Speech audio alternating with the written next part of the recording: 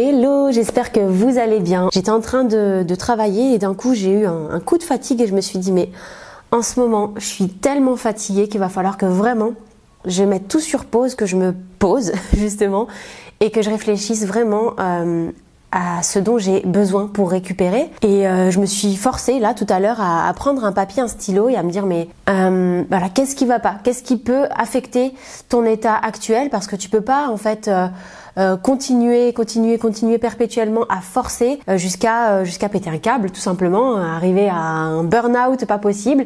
Et c'est vrai que depuis que je suis maman, je ressens assez facilement cette limite. Je sais quand je suis en train de tirer là vraiment sur la corde.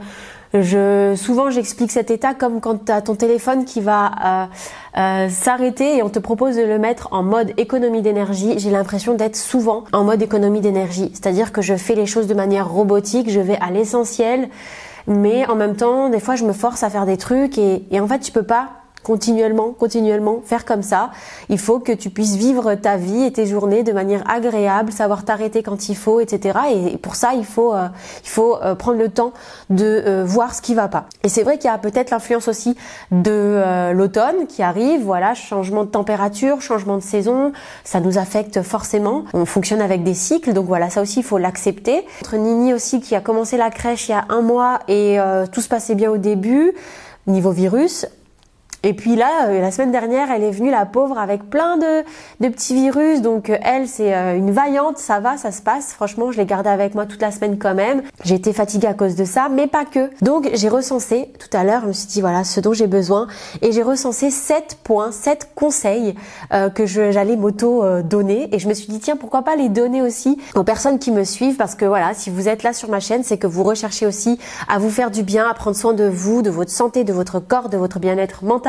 Donc voilà, on va commencer par le premier conseil. Et la première chose que je me suis dit, c'est Imen, si t'es pas bien, c'est qu'il faut donner à ton corps des sources d'énergie intéressantes qu'il va pouvoir utiliser. Tu vas devoir l'aider en fait à combattre cette fatigue, à aller se recharger en énergie. Et pour ça, on a beau vous le répéter, mais je veux vous le redire aussi. Et moi-même, hein, là j'ai eu une phase où j'avais une envie, j'allais dire un besoin, oui, alors qu'on n'en a pas besoin, mais une envie de sucré, de dessert, de chocolat. À l'arrivée aussi, des règles pour nous les femmes. On est aussi très tenté par une façon de manger peut-être sucrée. Donc moi là, ça a été mon cas aussi. Donc ça n'a rien arrangé. Je me suis dit ok, va falloir juste remettre les pendules à l'heure. Donc j'ai fait le plein de fruits, de légumes frais mais aussi congelés, parce que voilà, on n'a pas obligé d'avoir une alimentation parfaite, mais on essaye de s'en rapprocher. Le plein de vitamines à travers des aliments frais, le moins de produits transformés possible. Si vous avez envie de sucrer, de gâteaux, peu importe, et faites-le vous-même. Essayez de remplacer le sucre blanc qui va plus plomber votre énergie par des sources de sucre plus intéressantes, du miel, du sucre roux, du sirop d'agave. L'idée c'est vraiment de chercher juste à remplacer certains aliments qui vont pas t'aider en fait au niveau recharge énergétique par d'autres qui sont déjà plus intéressants et qui vont déjà servir ton corps différemment. La deuxième chose, c'est d'avoir une activité physique quotidienne. Quand je dis quotidienne, c'est pas de faire une séance de muscu 1 heure tous les jours, c'est vraiment de suivre ton programme habituel si tu en as un, mais de faire quelque chose tous les jours pour pouvoir maintenir cette énergie en fait. Je sais pas si ça vous arrive aussi, mais quand je fais rien pendant 1 journée, 2 journées, je suis affalée sur mon canapé, tout me semble difficile à faire, je suis pas motivée, j'ai rien envie de faire, alors que quand je maintiens cette petite routine d'activité physique, ma petite séance d'1 demi-heure le lundi, mercredi, vendredi, après je vais me placer une bonne marche de pareil 1 demi-heure, 3/4 d'heure voilà, en ville, histoire de m'aérer l'esprit. Et après je me dis ce week-end j'ai envie de faire une petite séance de pilates. Enfin voilà, vous trouverez votre bonheur sur YouTube, sur ma chaîne aussi, enfin voilà. Mais essayez de rester actif tous les jours un petit peu. Déjà, on est fait pour ça. On doit rester active et ça, c'est la base. Notre corps n'est pas fait pour être sédentaire. Je sais que c'est pas facile avec le rythme de vie qu'on a, mais je vous assure que c'est faisable et votre corps et votre mental vous remerciera. L'autre conseil, c'est de pratiquer le jeûne. Alors attention, je parle pas forcément du jeûne intermittent qui est très à la mode, mais le fait de jeûner, c'est-à-dire de priver son corps dans un premier temps de solide, va lui permettre de récupérer. Pourquoi? Parce que le fait de manger, notre corps doit traiter cette information et ça prend beaucoup d'énergie. Donc c'est très énergivore, la digestion notamment. Donc quand tu lui donnes de la nourriture tous les jours et plusieurs fois par jour, ton corps doit traiter cette information en priorité. Donc ça ne lui laisse pas forcément le temps d'aller régler les autres problèmes qu'il puisse y avoir. Ça peut être une maladie, une petite infection, ça peut être viral, bactérien, tout ce que tu veux. Ça peut être juste aussi le besoin de récupérer. Donc là, ton corps, il va rester focus et se focaliser du coup sur les problématiques en cours. Et peut-être juste déjà commencer par faire un jeûne où vous ne mangez pas de solide, vous buvez juste de l'eau, des bouillons, etc. et vous rompez votre jeûne le soir au moment du repas. Ça va laisser en fait votre corps se reposer toute la journée. Pour les personnes qui ont l'habitude de jeûner, notamment moi je jeûne depuis mon adolescence lors du mois du Ramadan. Donc j'ai l'habitude et en plus le jeûne lors du mois du Ramadan c'est un jeûne total, ni boisson, ni solide.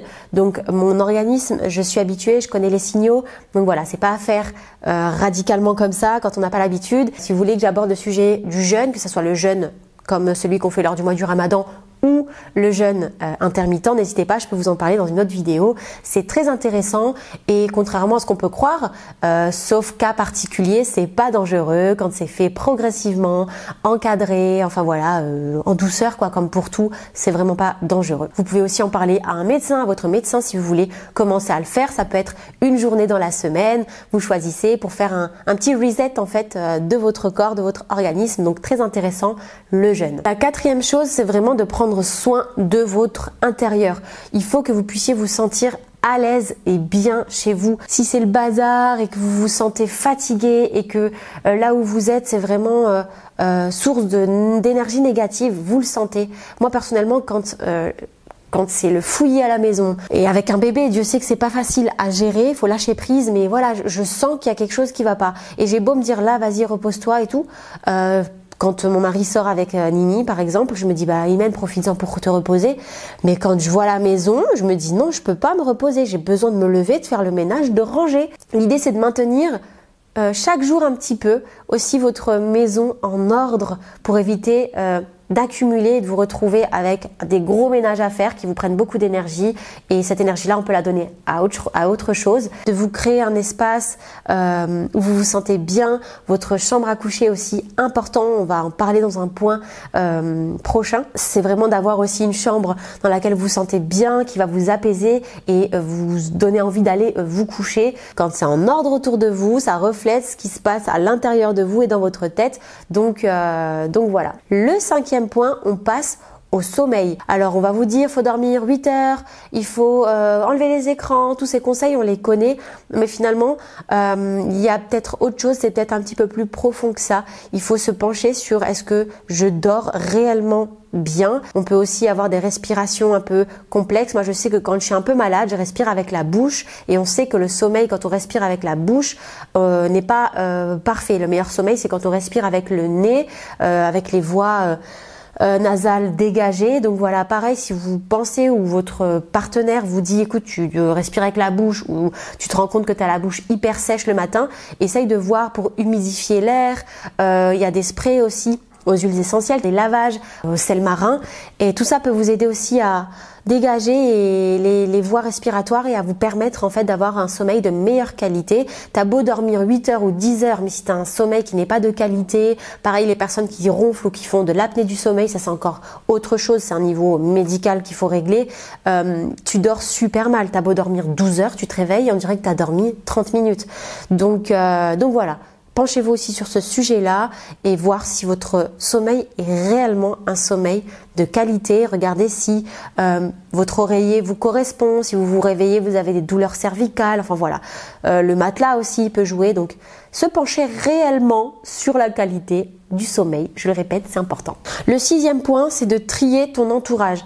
Dans ton entourage, tu as forcément des personnes qui sont énergivores, c'est sûr. Et ces personnes-là, il faut savoir un petit peu soit temporiser le fait de les voir, voilà, tu les vois pas tout le temps parce que sinon tu vas pas y arriver, ou alors carrément si c'est même malsain parce que ça existe aussi, hop, tu les jartes de ta vie parce que vraiment notre énergie est vitale, elle est précieuse, donc on la donne constamment à tout, à beaucoup de monde, au travail, à tous les collègues, à notre partenaire, à nos enfants, à la famille, au ménage, au maintien de la maison et à tout le reste, j'en passe, d'accord, les rendez-vous médicaux, toute la paperasse, etc.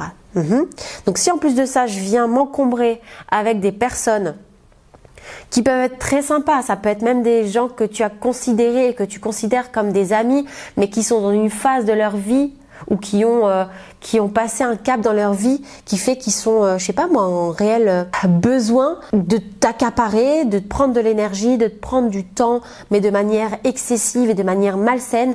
Tu le ressens de toute façon. Quand tu es avec cette personne, tu te sens pas écouté, tu te sens pas bien, tu as l'impression que c'est une relation que dans un sens. Je te dis pas de couper les ponts, mais au moins de diminuer la fréquence à laquelle tu vois ces personnes. Ça paraît très rude ce que je dis parce que peut-être que là, tu as en tête, je sais pas, une amie proche, quelqu'un de la famille et tu dis oh là là, je suis en train de penser ça d'elle, mais c'est un fait. Ça fait pas d'eux des mauvaises personnes, c'est que même eux parfois ils s'en rendent même pas compte. Tu peux pas leur en vouloir, c'est à toi de dire ok, là en ce moment dans ma vie je suis vraiment en mode économie d'énergie, donc j'ai pas le temps à donner à cette personne là, je suis désolée mais c'est moi qui passe en priorité. Tu ralentis le fait d'aller boire des cafés avec elle alors que t'en as pas envie, tu ralentis les coups de fil qui durent des plombes en mode tu l'écoutes pendant 1 heure et ça va que dans un sens. Voilà, si c'est trop dur et que la personne en face comprend pas ou qu'elle te fait des remarques ou quoi, next. Tu n'as pas le temps. Voilà. Non, moi, je suis devenue très radicale avec ça parce que je me suis rendu compte que mon temps était très, très précieux. Le dernier point, ça va être vraiment banal, standard, mais va faire une prise de sang. Va checker si tu as besoin de te supplémenter. Va checker si tu as des intolérances. Va checker si tu as des carences en magnésium, en fer, en tout ce que tu veux. Mais va faire une prise de sang complète. Quand je dis complète, inclut aussi tout ce qui est hormonal, parce que peut-être tu as un dérèglement hormonal et ça aussi ça joue beaucoup sur l'énergie, sur la fatigue. Donc voilà, grosse prise de sang. Une fois l'année, ça peut être suffisant. Si tu vois que tu es sujette à des carences fréquemment, allez, tu le fais 2 fois par an. Tu vois ça avec ton médecin et ça paye pas de mine, mais tu vas pouvoir peut-être arranger des choses qui sont source en fait de grosses fatigue. Et voilà, donc c'est les 7 points que moi je peux te donner, que je vais m'appliquer, que je m'applique régulièrement dans ma vie et qui me font réellement du bien. Si tu as d'autres conseils à me donner ou à nous donner, n'hésite pas à nous les mettre en commentaire. En attendant, prenez bien soin de vous et on se retrouve dans la prochaine vidéo.